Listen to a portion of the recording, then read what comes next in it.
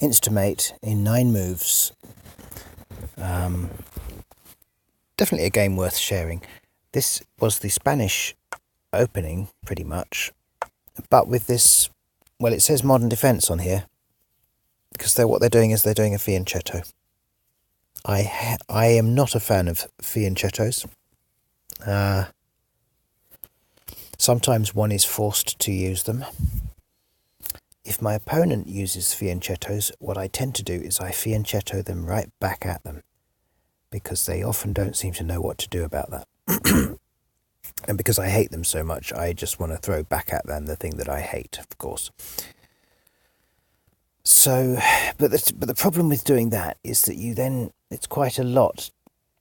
The long diagonal that you have your fianchetto bishop on is always attacking a rook, because your rooks are all connected through these long fianchetto diagonals.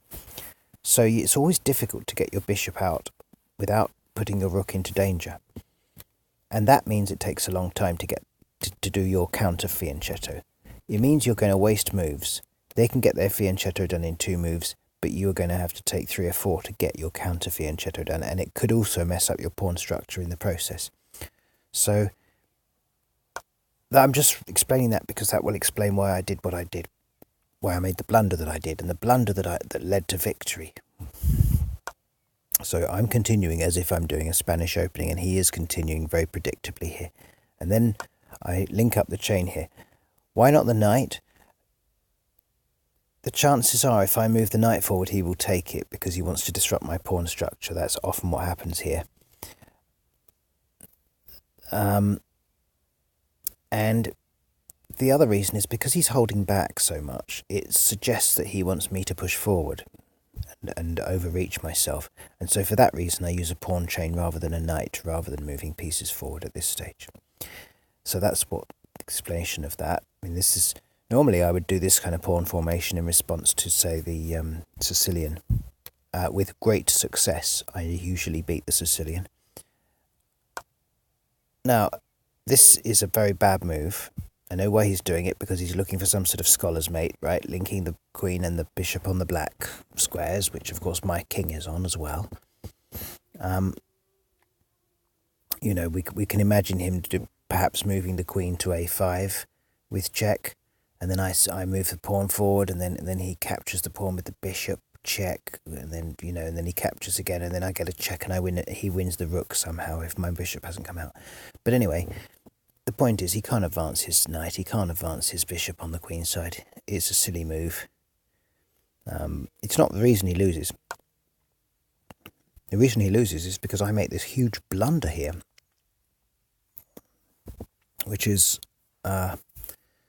really stupid. I can't believe I made such a daft blunder, because I'm just basically the pawn on b2 and the rook on a1 are en prise, and there's nothing I can do really to stop both pieces being lost in exchange for a bishop. What I can do is I can develop. As you see, he has only one piece developed, and he's about to lose it or exchange it. But anyway, I mean, that's just yet another advantage. Look how developed I am. It's just yet another advantage. It's why I don't think this is necessarily a bad exchange for me. Because I'm looking at it now and I'm thinking, well, I've got the long diagonal there. He's actually got to start worrying about his kingside rook now. And sometimes they don't even see their kingside rook is potentially under attack. And that's what happened this time. And when that happens, you have a ball. Out comes the queen. And of course, the first thing you should be now thinking is, what can I do with my c3 rook that would distract or threaten or sacrifice with sufficient believability to take his eye off the ball of the queen on the long diagonal? Because we can deal with all the checks from his queen. She's on her own when I've got my pieces developed, so I don't have to worry about her. So what can the best... And he has moved to really one of the silliest squares. So all I have to do is this. And it's great, because if I had to move to d5, if his queen had only moved to c7, and I haven't moved to d5 to check the queen, that wouldn't be as believable because I'm sort of offering the rook, the knight.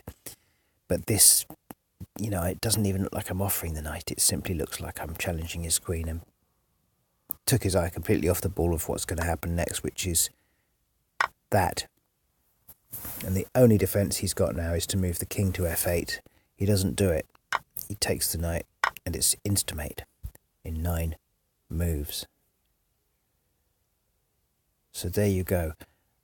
It's a sort of counter fianchetto sacrifice thing, using the queen as a bishop. I always like the idea that the queen can be used as a fianchettoed bishop. I love that idea, because a fianchetto bishop can only take a rook. It can't do anything else. But a queen can take the rook or the bishop if it's accidentally revealed, and do these rank checks at the same time. The bishops just would sit there in not doing anything. So there's a lot to think about, having the queen in the fianchetto spot, how powerful she becomes suddenly. She's literally covering every rank and file of the board. If you think about it, the queen in the corner of the board is covering all the files from 1 to 8 and all the ranks from A to H. So when you think of it that way, it's not so bad having the queen fianchettoed.